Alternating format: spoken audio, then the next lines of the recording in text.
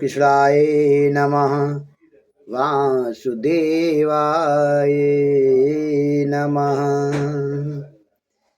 आज श्रीमद् भागवत महापुराण की 417वें एपिसोड में आप सुनेंगे पुरंजनपुरी पर चंडवेग की चढ़ाई तथा काल कन्या का चरित्र, यानी कि पुरंजन के राज्य पे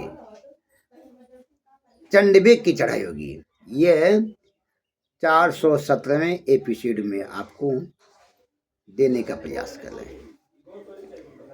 इत्थं पुरंजनम सम्यग् वसमानियं विभ्रमे पुरंजनी महाराज रेमे रमयति पतिम। नारद जी कहते हैं, राजन, पुरंजन की मीठी मीठी चापलूसी की बात सुनकर रानी पुरंजन पर रीझ गई।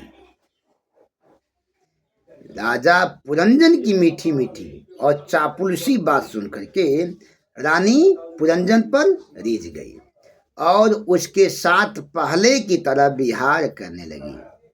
जब राजा पुरंजन शिकार खेलने गए बिना बताए हुए, तो जब वापस आए तो रानी उन पे कुपित हो गई, यानी कि बहुत क्रोध हो गई।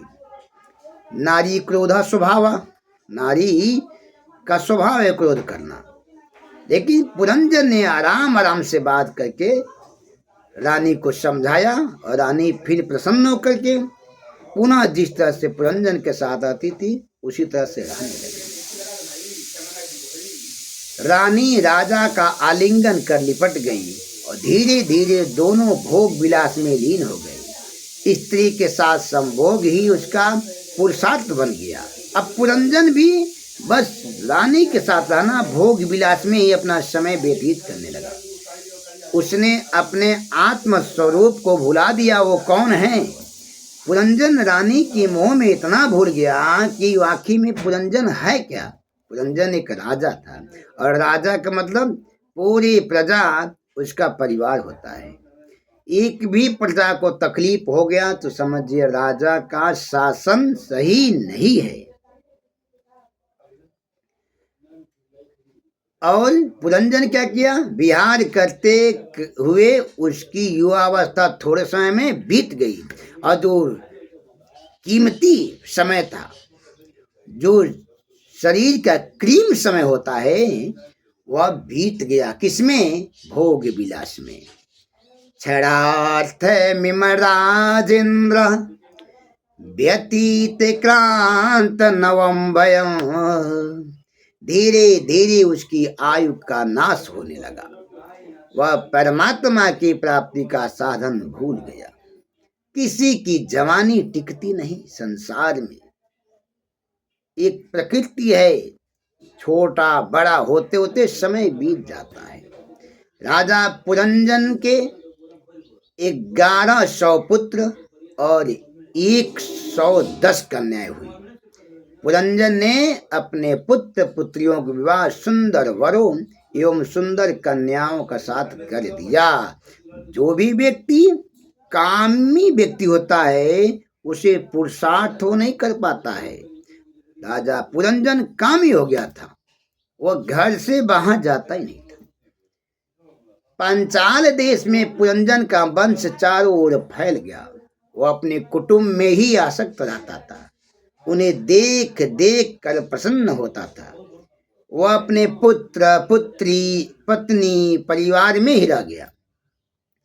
एक बार उसने विशाल यज्ञ का आयोजन किया। उसी समय गंधर्वों के राजा चंडवेग ने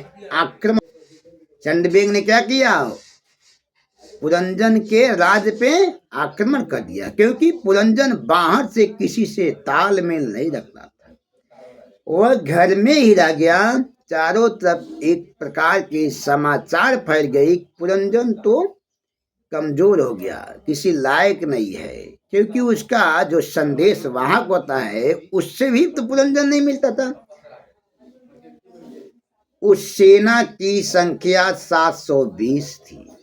सेना पुरंजन को पुरी को नष्ट करने लगी। 5 फन वाले सर्प प्रजागर ने सैनिकों को रोकने का प्रयास किया। जो सर्प रानी की रक्षा करता था, वह सर्प पुरंजन पुरी की रक्षा करने के लिए तमाम प्रकार के प्रयास करने लगा, लेकिन रोक नहीं पाया। हर तुमार भीरे तत्र प्रत्यसेधत प्रजागरः। उनके साथ युद्ध करना शुरू कर दिया। चंडवेक राजा की एक पुत्री जरा थी, जो त्रिलोकी को अपना पति वरण करना चाहती थी, परंतु उस कन्या के साथ कोई भी विवाह करने को तैयार न था। एक दिन नारद ब्रह्मलोक से भूलोक में आ रहे थे। रास्ते में मुझे वह जरा कन्या मिल गई। उसने मुझको ही पति बनाना चाहा। जब मैंने उसका निषेध किया, तब उन्होंने शाप दे दिया। स्थातु महर्षि नैकत्र मध्यांश विमुखो मुने। उसने कहा कि आप भूमंडल पर कहीं भी एक जगह स्थिर नहीं रह सकोगे। उस कन्या ने मेरे से निराश होकर मेरी संपत्ति से यौनराज भय के पास जाकर उसका पति रूप में वर्ण किया। नारद जी को श्राप दे दी थी। कौन? चंडवेक की पुत्री जरा। और जब नारद जी ने उसका प्रस्ताव स्वीकार नहीं किया, तो श्राप देने के बाद उसने यौन के भय में जाकर के उसको ही पति के रूप में स्वीकार किया। भय ने उससे कहा, यदि संसार में तुम्हें कोई नहीं चाहता है तो तुम गोपनीय रूप से सब प्राणियों का उपभोग करो और मेरे सैनिकों के साथ प्रजा को नष्ट करो। प्रज्वार मेरा भाई है, तुम आज से मेरी भगनी होगी। मैं तुम्हारे साथ गोपनीय रूप से संसार में घूमकर तुम्हारी इच्छाएं पूर्ण करूंगा।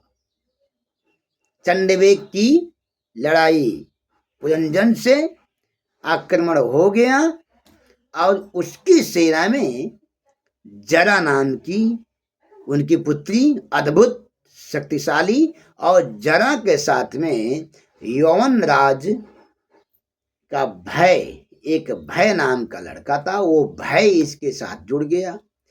अब भय मतलब क्या होता है? डर। भय आ गया तो डर पैदा हो जाएगा, डर पैदा हो जाएगा तो आप ताकतवर होकर निर्बल हो जाएंगे। तब पुरंजन के राज में प्रज्वार आक्रमण किया, चंडवेग आक्रमण किया, जरा आक्रमण की और भय। इतने लोग एक साथ उनके राज पे क्या किया? आक्रमण कर दिए। आक्रमण का परिणाम क्या होता है, उसकी स्थिति क्या होगी, इसे जानने के लिए आप 418वें एपिसोड को जरूर देखिएगा। उसमें आपको मिलेगा पुरंजन को स्त्री तत्व योनि की प्राप्ति। पुरंजन स्त्री बनते हैं और अभिज्ञात के उपदेश से उसका मुक्त होना। अभिज्ञात कौन है, ये आपको बताई जाएगी 418वें एपिसोड में। पुरंजन बहुत धर्मात्मा था, धर्मात्मा से कामी हो गया, कामी बात स्त्री बनेगा, और उस स्त्री जोनी में उसे उपदेश कौन देगा, अभिज्ञात कौन है, ये सारी प्रक्रिया आपको 418वें एपिसोड में मिलेगी।